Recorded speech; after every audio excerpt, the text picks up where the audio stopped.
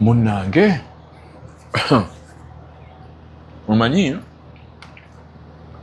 ebbanga eriyise emyaka 5 emyaka 3 emyaka 4 tewali muntu atadde sente mu advertising their country ng'ensi gye bayita Rwanda etaddemu millions and millions of dollars ng'eyita mu ttiimu z'omupiira ku bisaawe ngamba ebyennyonyi we zirandinga n'ebisaawe by'omupiira einvitinze ne ba celebrities from those big countries, USA, London, UK, whatever, because oli celebrity.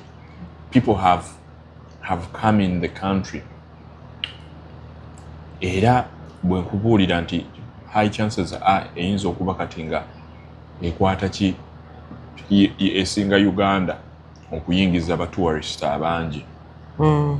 Naye nasooka kulaba omuwala ali ku TikTok era wamulaba yawa gundi yawa side ye about Zanzibar. You saw that video? Yeah.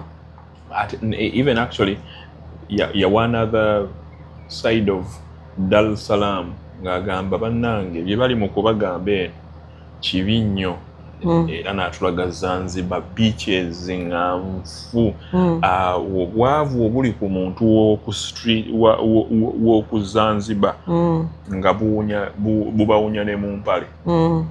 The same person yagenda e Rwanda era yatandika alaga ebirungi naye yatuuka ekira n'agamba bannange bwe kituuka ku kulya bano enjala ebaluma bano balya kubeerawo tebalya kukkuta.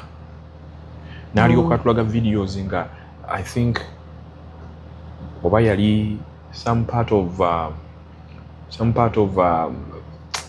Nyamirambo, a part of Rwanda, nga ennyumba ku street zikutte mu mbina bino kukwata mu mbina bina nti zaagala kugwa, abamu nga bakyasula mu grass thatched houses. Okitegeera naye nga tekikutwala eddakiika 15 ku bbaasi okuyingira Kigali wakati.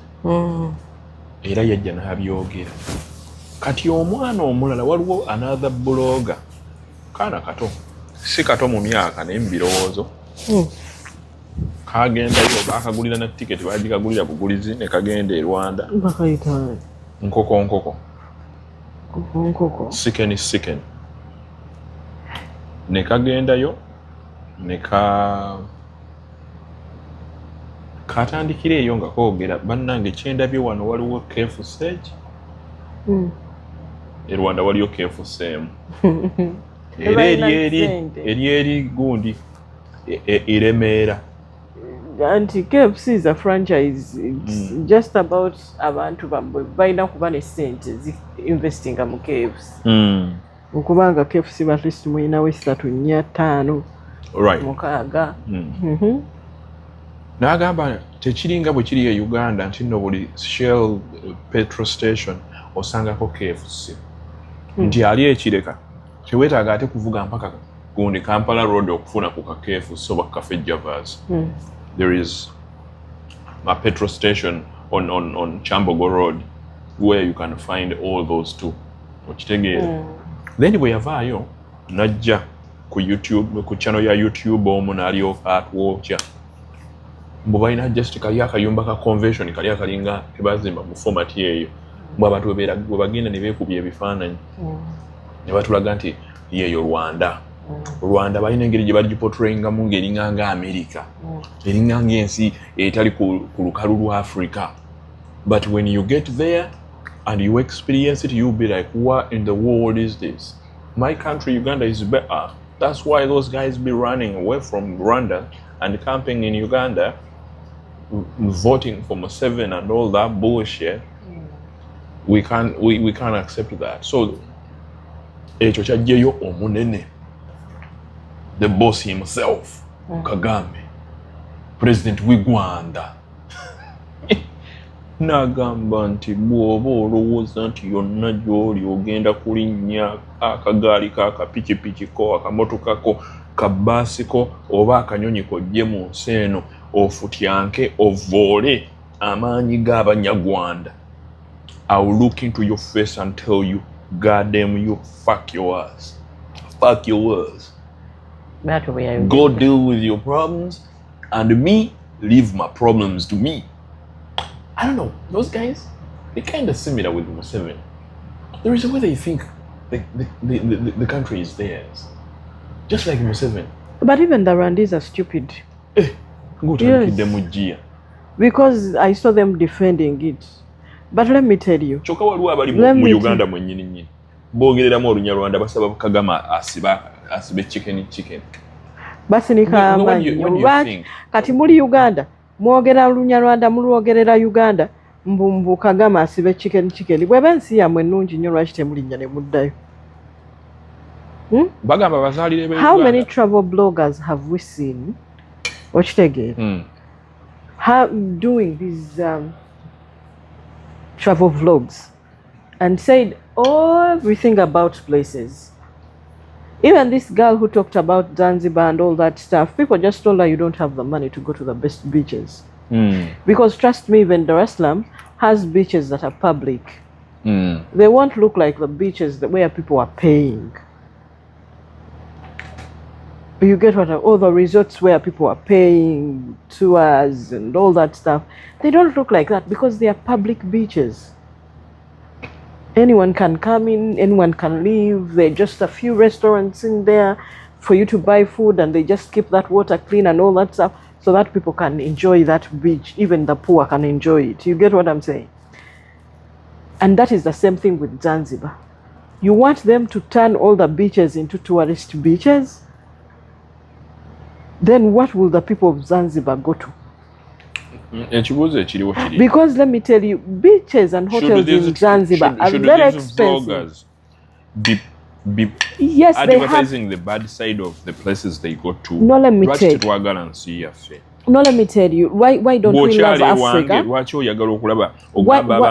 people say, no, people say, why don't we love Africa? Why don't we do this and all that and all that? But Rwanda created a narrative of everything is good. We are the cleanest country. We are the cleanest that. We are the Rwandese cannot be in other people's countries. Ngabogereramu Olunyarwanda. Chokemenyira bagyesanguza nangalo mpaka ku kisenge. Bw'okitegeera ekintu ekyo. Very unclean people, very uncouth. Very unclean people. Bw'okitegeera ekintu ekyo. Ate mu Olunyarwanda mulwogerera Uganda. Ate mwagala Omunayuganda bamusibe mbu lwakuba yayogedde. Abalwanda tujagala lwakuba eri yegatta ne M23 balwana e Congo. Tolina okubaagala si buyina empisa embi obwo obuntu. Teri muntu alina mpisa mbi nga Munyarwanda. Kati gwolooza asobola okwagala nga bakwata amajjambya ne batta bannaabo. Ne babatemako emitwe. Abanyarwanda balina empisa embi tebalina kalungi. Ne Museveni nga kwotadde. Balina empisa embi era kyoba olaba oyo Kagame Rwanda bw'aba ajogerako ng'ensi ye kati yakapturing obuwongo bw'Abanyarwanda n'abasula mu busiisira balaba nga alina ekituufu kyayogera n'abadduka ensi yaabwe ne bajja e Uganda gye babeererako mu mirembe gye bagenderako mu ppate bali eyo baasaamiridde n'amalusu gabayiika bali eyo balowooza mu bye boogera bye bituufu. Tulaba ekintu bwe kityo. Kubanga kati gwe oba tosobola beera mu nsi yo emirembe ogifunidde Uganda ate okkiriza pulezidenti ali eri ye famire ye yatereera buli kimu kyayagala akikola abaana be basomera bweru akulimbalimba nga bw'abafaako ennyo bw'aba abafaako nnyo lwaki mukyalina obusiisira lwe tutaayogere oba kati Rwanda yokka yensi gye baakwogerako boogedde ku Kenya boogedde ku Tanzania boogedde ku nsi zonna abaana batravelinga ne boogera ku nsi bana this is the other side of this is the other side of this is the other side of this and there are people from other countries that defend those countries but you never see a head of state coming out to say certain things. You get what I'm saying? There are people who come out we do not care. Negativity. We do not care. We do not care. For him to say that he's going to arrest the youth of Uganda because they said something. He's a joke. Sandi etonze because Rwanda si ensi gye baakasooka okwogerako lwaki tebajjogerako ate kati oyo agenda kumanyira abaana Uganda because akimanyi omanyi lwaki omwana oyo yeetonze at some point maybe tomulemerako nnyo the only reason as to why yeetonze nti because ne government yetefaayo ne government yetefaayo nti bwe bamukwata ne bamusiba okitegeera ali ku lulwe teri agenda mu defending naye gwolowooza abantu okuva mu nsi endala naye gwolowooza senga let's give an example ba let's say America yagenze n'akola travel vlog n'alaga ye byalaga n'alaga ebyo byalaga mbu Rwanda esobola omusiba ne bamulemera abantu boogera people are entitled to their opinion and if you think you do not want lwaki tutya nnyo okutugamba amazima kubitukwatako and if you think you do not want to be told the truth kola ekintu nga bwe kirina okubeera wabula totiisatiisa bantu omanyi abanyarwanda balina empisa embi balina empisa embi bo not with their husbands not with their wives these are people who feel like if you offend them they can kill you and your children and all that stuff yes ate kati owakana ki omukazi eyatta mutabani we teyali munyarwanda omukazi eyatta mutabani we ow'emyaka 2 mbulwa kuba bamugambye DNA myaka 2 the lady in Uganda yeah you're lying I am lying. Very many people have got married to Rwandese women and these men. You offend them and they really get hurt. They kill your children. You find them dead. Some of them even help you. Nabo nebetta. Nje chimanyi ndi bw'osanga omunyarwanda omuntu ava mu kifo ekirala bw'okwana omunyarwanda oba musajja oba mukazi bw'asanga munyarwanda munne akukyawa n'agenda n'oli gate gwe ekyo ky'omanyi but there is also that bad side of them ate tobawakanira kuba baakwata amajjambya ne basalako bannaabwe ensingo ng'enkoko ate leero batugamba mbu simanya memorial for simanya what is it sometimes in April what kwibuka 2020 kwibuka I don't even care because they caused it upon themselves because of their selfishness because how do you I don't care I really don't give a fuck because if they can get pangers ne basalako bannaabwe emitwe nga bwe basala enkoko gwolowooza bakuulyako ekisa yes because there whatever massacre whatever happened between the people of Rwanda amongst themselves and now today they want us to all feel sorry.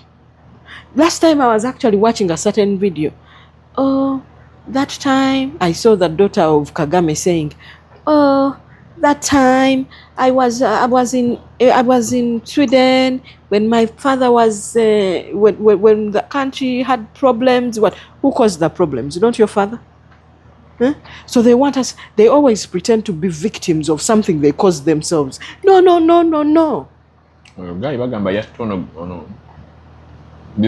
You killed a whole family because this man was the president of this country.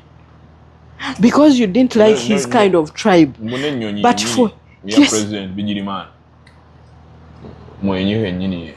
Watch the you killed a whole generation of a family. Whoever comes out to oppose you, you're there to say, how many are you a king? How many years do you want to stay in that country ruling? It is not enough for you that you made these people get pangers and cut off people's throats.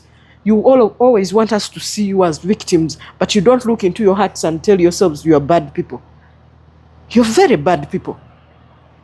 Rwandese are very bad people. Very bad people. Ate njogera mpola ntya. Kwa balina akalungi ke bavaamu okujjako olugezigezi. Balowooza obulungi bwa feesi. Buli kase akugabula emmere wali mukali akase. Agende bw'aba munyarwanda agende bwabwe. Tulabe bwe tutaalya emmere. Omwana yayogedde na mazima tewali mmere ewaabwe ennaku ebaluma. Ate tebaluma bakola ki e Uganda? Bwewe mirembe mingi nnyo ewa. Balina emmere gye bafumba batekamu amatooke ne batekamu doodo ne batekamu ennyama ne batekamu ebijanjaalo ne kugamba byonna ne babisuula mu seppiki eno. Kati ate bwe tebuba bunaku. Buli muntu afumba emmere bw'atyo omanya yayitako mu lutalo ng'emmere bapanga mpange. nnaku yebeebaliisa emmere bwetyo naye banna nnaku yeebaliisa emmere bwetyo abanyarwanda emitima gyabwe mibi bo baasigaza bulungi bwa feesi emitima emirungi mukama yagibamma bwe yali agigaba nti muntu beera ne humanity or be a human in you ekyo kyo teyakibawa lwaki naye abantu babawaana nti balungi they really beautiful but let me tell you one thing is about beauty is that you will stay with it for 6 months. Even with men, they will stay with you for 6 months. That is about beauty, your facial beauty. And by the time you're with them for 6 months, they will start understanding, do I really want to stay with this person for the rest of my life? Because yes, they are beautiful, but do they align with my humanity? My kind of Ubuntu? Do they have empathy? And that they lack. And beauty is not just about your face. They lack that. Omuntu abeera naawe 6 months ng'olina ebbina ka face keeko. But making a decision for staying with someone for a lifetime is a very big decision. For people to think that because they are beautiful in their face, on their faces, and because it's good to look at, is enough quality to choose them, to stay with them for the rest of their lives, is a joke to me. So those are the racists we have in Africa. Those are some of the racists we have in Africa. How many people do you find that, I have a Rwandese friend, we are very close? How many? How many people have you found in team? Mikwano gyabwe, Banyarwanda? No, I know there are people who have friends who are Rwandese. You get what I'm saying? I know. Listen, this is what we are talking about. We are talking about if you're teaching a class and you have one student who has 98 and the person next to that student has an 8.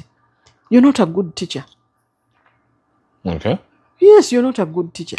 So that is why I'm telling you, using that percentage, how many people do you find say, Munna mikwano janga abasinga Banyarwanda mikwano jange nnyo? How many? Not many. Now Nigeria bali balekana, but it is very easy to make friends with them and they are very good people, apart from the shouting, because that's the way they talk. It's very easy to make friends with them. Those people are the racists of Africa. Those people, the Somalis, simanya biki, ebitima gyabwe mibi nnyo. Bantu babi nnyo. Omwo mwe basongolera ne babanga obusolo obyo. N'amannya ago agababeera kungulu. Balaba nga batikka amannyo nga mu nsi yaffe mwe batikkira amannyo. So no, Rachel, you should feel sorry for this boy and the fact that those guys. I wouldn't say that he shouldn't apologize, because really ne government ye mutwala nabo Banyarwanda beesiba ku Banyankole. Kati bwe banamukima teri agenda muwolereza. Okitegeera. So for him, I think that was the right thing to do. Because really, he would save his father the heartache and his family the heartache of bana mwana wange bamutwale Rwanda ngenda musavinga antya and all that stuff. But was it really worth it? It is not worth it. Not at all. I don't like it. It doesn't look any good. So, in a country that is open for tourists, they should be also accept criticism. Yes, because I saw even someone talking about Maui. Hawaii? No, Maui, yes. Hawaii, Maui is in Hawaii. It's one of the islands that make Hawaii. So someone was talking about Maui is a very beautiful place. Yes, it's a very beautiful place. But then it also has some parts that are not good. And someone was showing us the other parts of Maui that are not good. Yes, obuyumba bwayo omanyi tebutera bbeera mu mbinabina nnyo naye oba oziraba nti ennyumba nkadde. Okitegeera ennyumba nkadde biki, but ngera olaba obwavu obulaba okitegeera. But in such a country, and that same person went ahead and went to Bali and also went on the streets of Bali. Definitely, that is. expected. You Those get, people are poor. and it is expected, but if someone does kati Rwanda nabo baavu because in the city makati ga Kigali mulimu obusiisira kati bw'aba omuntu tayagala ebintu ebyo byogereko, then that is a joke. It is a joke. But bali aba Bali, do you understand? Bali has the most beautiful places. The most beautiful places. Yeah. It has brought in a lot of tourists into the country. Some are staying there. They have even bought land. Built houses, built houses on the beach, and all that stuff. But when criticism comes, they take it in with a clear heart, and they say, "Okay, it is what it is.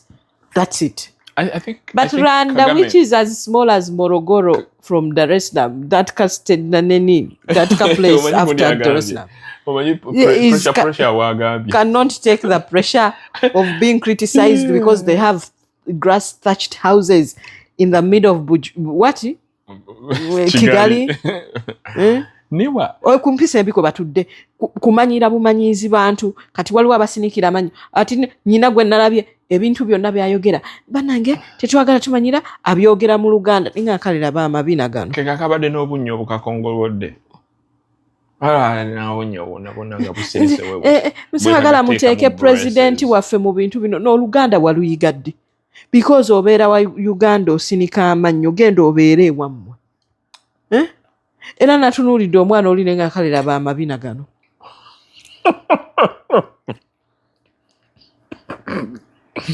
Did I just say that? No. No, I had to say it. Look at this bum. I had a friend who used to just say, look at this bum. But I didn't have to say it that direct.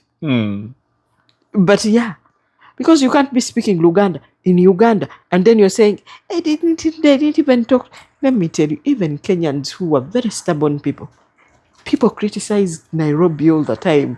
And they're like, but who brought you? And it's just a social media war and it goes away. You get what I'm saying? Yeah.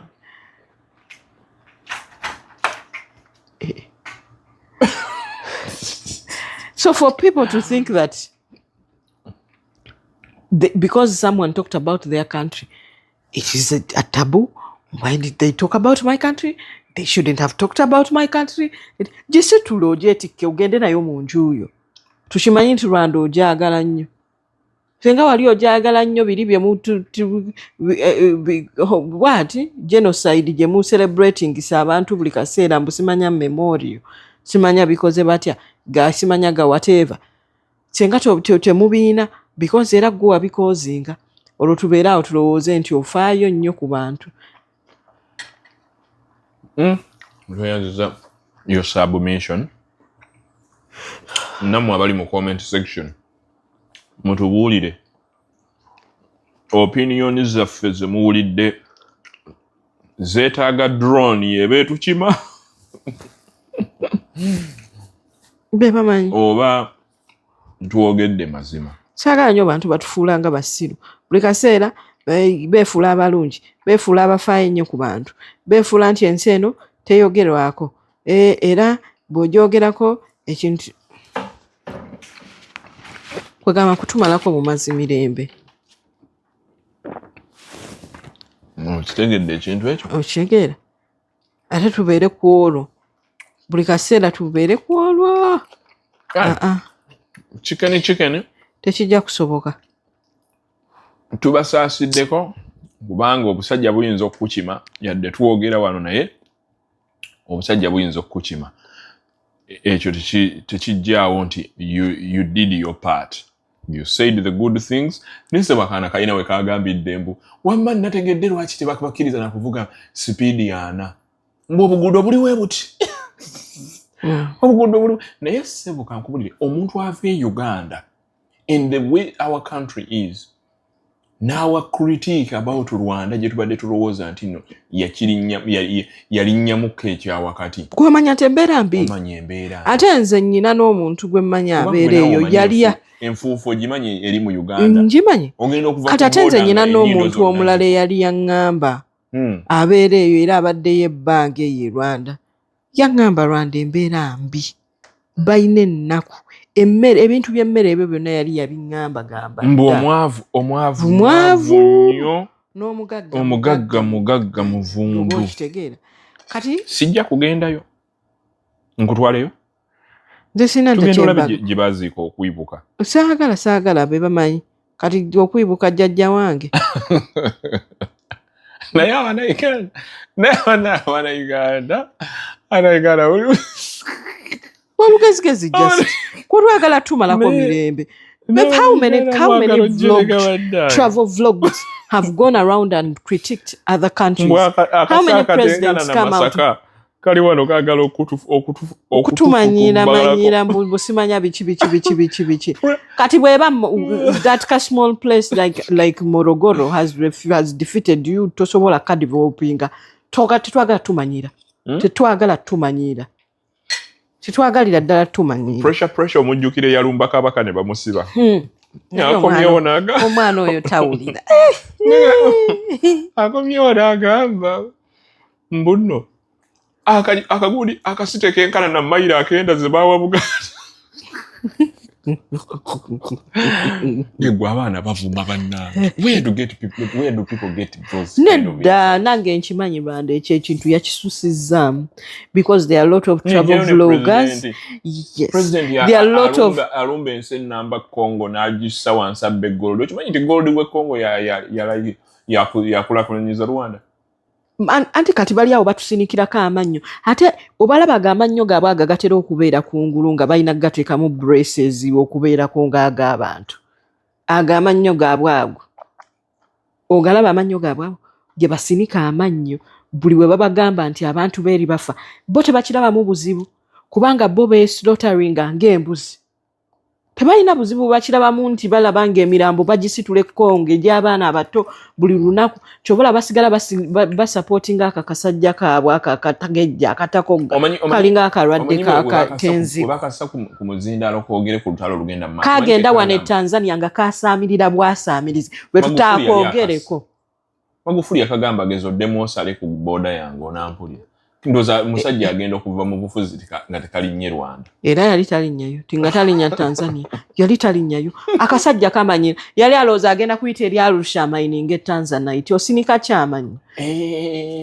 n'agamba nja okkuba omuntu ekikompola tajja kikkiriza ate baba Rwanda Tanzania tugimanyi kuva eri wa Nyerere. And let me tell you, Tanzania has it was Rwanda. Eri watanganyika gyoyogera ko. So gundi yo party yo yali agenda okumininga Tanzanite. It was Rwanda. Nyerere stole so much. Nyerere stole. But are you to Arusha? Do you know where Arusha is? Arusha is on the next to the border of Kenya. Oba you're just yes. Odo yali ayitawo okutuuka eyo nga tebamu Auntie, when you have a president who is a thief, you think people don't have president? See, I don't want even to talk about that country like that because I love it. I love that country. I don't want to talk about that country like that.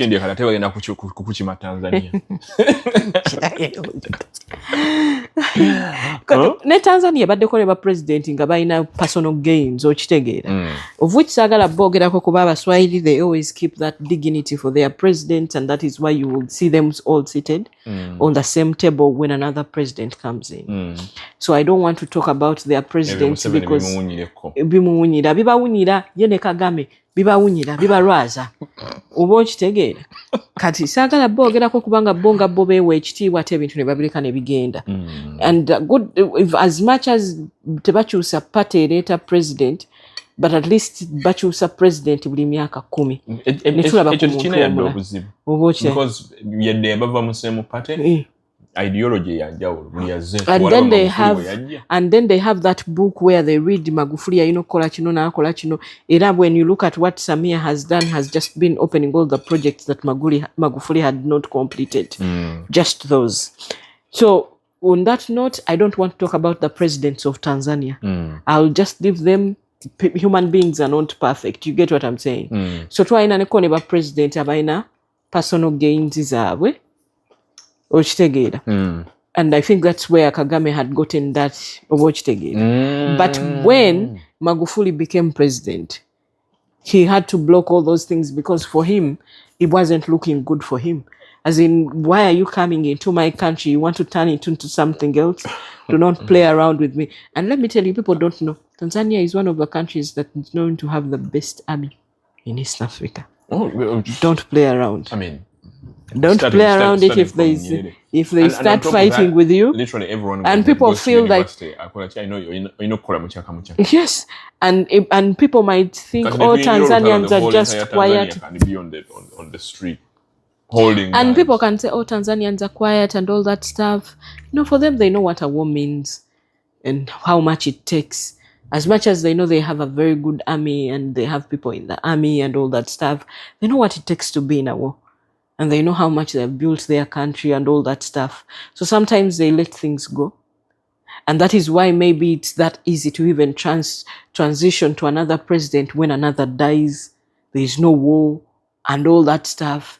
Because not everything is solved by war. Sometimes they're like, okay, this person will come, distress us for 10 years, but they will leave. You get what I'm saying? God will hope we shall get someone else. Are we going to just destroy our country because of someone who is here for 5 years? 5 more years? You get what I'm saying? And for them, maybe that doesn't make sense. You get what I'm saying? But when you're in a country like Uganda, you really have to stand up and fight, or a country like Rwanda. You really have to stand up and fight, because if a president is not showing any signs of leaving your space, you have to stand up and fight. And that is what people fail to understand. They think, oh, Tanzanians are very quiet.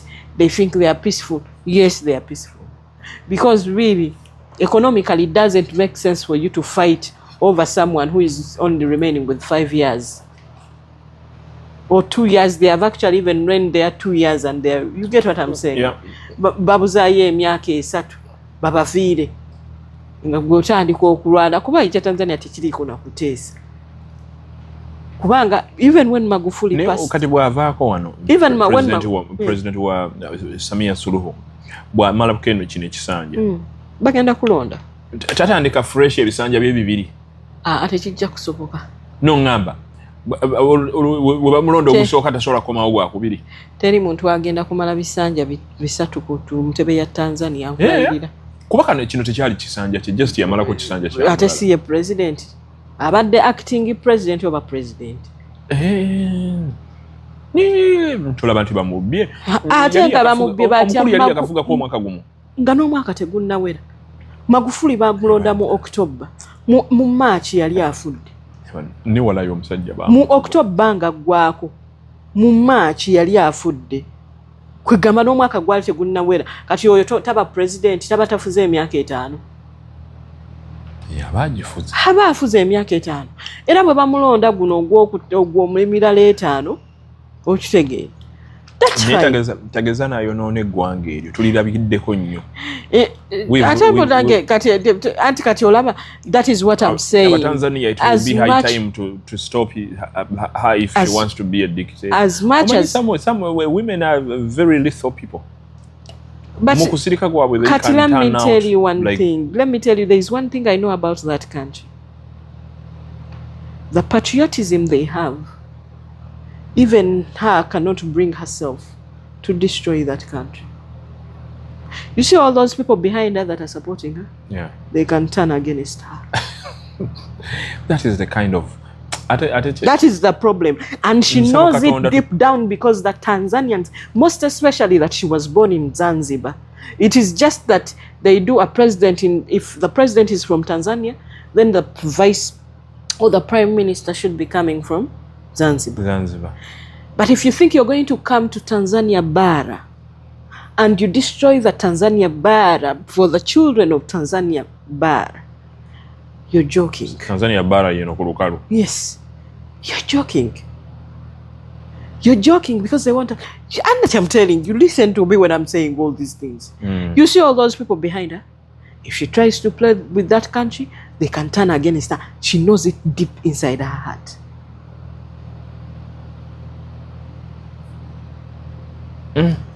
I wish at one point in life Uganda can become she knows Tanzania. it because let me tell you, those Because Tanzanians, the only thing they know and the only thing they talk about is that they say no one is bigger than this country. And if you're living within Tanzanians, they will tell you no one is bigger than this country. We cannot destroy this country because of the law. And no one is going to destroy this country because of their personal gains, and that is how it works in Tanzania. It should be like that. That's it. Because they give you that chance to be the president. Because let me tell you, if whatever she did, people, all those leaders or whatever, the people behind her would come out and say, "Right, church cause," then it wouldn't be a country. They have to give her the chance to lead that country. You get what I'm saying? But I tell you, they won't let her if they really think it's getting out of hand. Because ate tebasobola mubeerako nga mwana ekyo tukikola then si ya leading ensi. So bali mumuwa chance a leading ensi nga yebo. Asikaza emyaka meka mulonda this year. Yes, tulonda mu October. Ni campaign nga tezinatandika. Campaign zigenda tandika. Banang. You know, that's the kind of prayer, the kind of Uganda. Campaign was itandika mangu. The law. Campaign was itandika mangu. No one should be bigger than the country. Country first. If you began baby, you know kubanga the slogans zetukozesa. Gwe bwebo oyagala mazima. Abantu balowooza kubanga ti Omutanzania akitunulamu naganwane ng'omuntu abuzaayo emyaka 2. Tuonoone ensi yaffe bikola makulu because bo bakimanya agenda and people in Uganda were thinking, oh, Magufuli afudde, so how are they going to do it? As in, how are they going to do it to actually change a president? But the constitution of Tanzania is very clear that when the president passes away, there is no need to go in for other elections, but the prime minister automatically becomes the what? The what? The president. And because she was the prime minister, she is the president. Oh, so you all don't have the vice president. You have the prime minister. We don't have a vice president. Well, was that country colonized? No. At all, yeah? Yeah. Germany was there, but it wasn't really colonized. I think it didn't even take 2 years. I think I need to sit down and learn more about Tanzania, because I'm wondering, during those missionaries were Bajira, did they pass by that? Because no, we had the Arabs. The Arabs. Oh. Yeah. They were the Arabs. Anyway, tetugenda kusukawo wano Rwanda. And people were like, oh, kirabika tebagenda kukkiriza mukyala nga lwaki tebamukkiriza. Constitution kyeyogera kyegera. Era the discipline that Tanzania showed to give Samia that position is top notch. Global the other day, Stella Nyanza ali mu kugamba olunaku lunakyaddi tulabeko omukazi e Uganda nga leading a political party. Nenze ndaba gye tugenda. Abakyala batandise okulaga ekibbuli nti bajja kufugako. Ate omuntu anaatukwatiramu ku America atufugiramu ku America nga mukazi, awo byonna we bijja okutandikira. Anyway, we sign out until next time.